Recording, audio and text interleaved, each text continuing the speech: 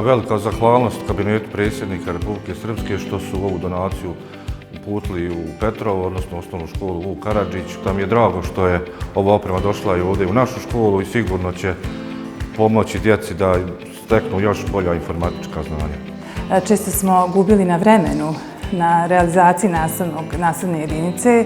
Učenici će moći da rade, da kažem, punim kapacitetom, neće gubiti vrijeme na čekanje, na pad sistema, na kvarove neke koje smo do sada imali.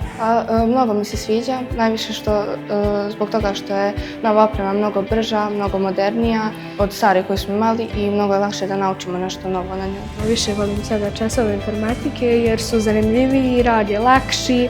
Svi imamo svoj računar. Voljela bih da naučim programiranje, kako se prave prezentacije, možda kako se prave neke jednostavnije igrice.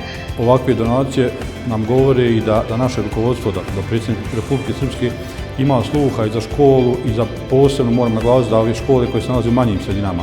Mnogo znači za budućnost naše djece i da se kompjuterski edukuju i da imaju dobru osnovu iz osnovne škole.